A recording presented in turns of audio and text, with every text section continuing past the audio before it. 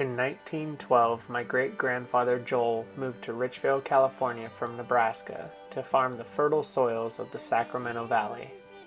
What he and the other farmers were presented with was an adobe soil that wasn't fit to farm. The majority of the farmers got back on the train and went home. Joel and a few others decided to try and grow rice on the soil and found that the hardy grain was a perfect match for the water-holding capacity of the heavy clay. 103 harvests later, we are sowing seed on my father's 45th rice crop.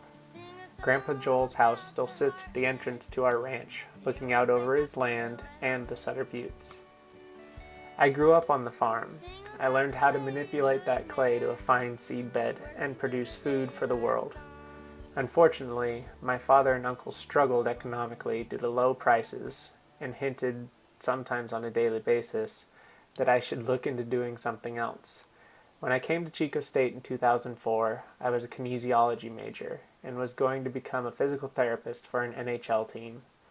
Unfortunately for my dreams and my grades, the farm always pulled me back. There's just something about a freshly flooded field that makes me want to kneeboard. I got kicked out of school and went to work on the farm full time. I was finally back in my own personal heaven. That's where Shelby comes in. This girl I met at a bar asked me to move in with her in Los Angeles. She turned my idea of traffic completely upside down. And where the hell are all the farmers?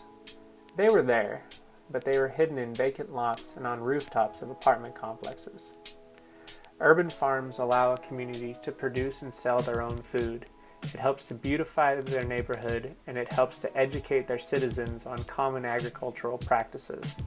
According to urbanfarming.org, there are 63,506 residential, community, or partnership gardens in the United States. This is 38 more gardens than when our papers were due a few weeks ago. Woo! The ideology behind urban farming began during World War I when the National War Garden Commission was formed.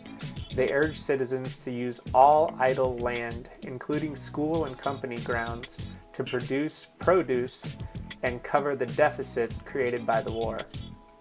The American people produced almost 1.5 million quarts of canned food over the next 2 years.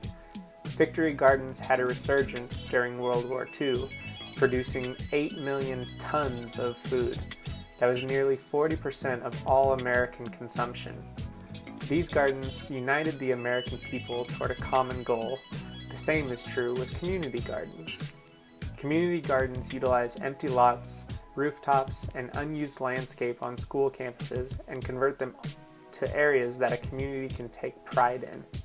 Santa Clara County and the City of San Francisco are offering incentive programs for landowners to lease their vacant lots to community gardens in return for a tax break. In the city of Oakland, there are 335 hectares of vacant land. Converting just 40 hectares, or about 12% of that land, could produce up to 5% of the vegetables needed by the entire city. Along with food, urban farms can provide an activity for the community's youth to take part in and stay out of trouble, all the while learning about agriculture. Urban farming and community gardens expose children and adults to agriculture.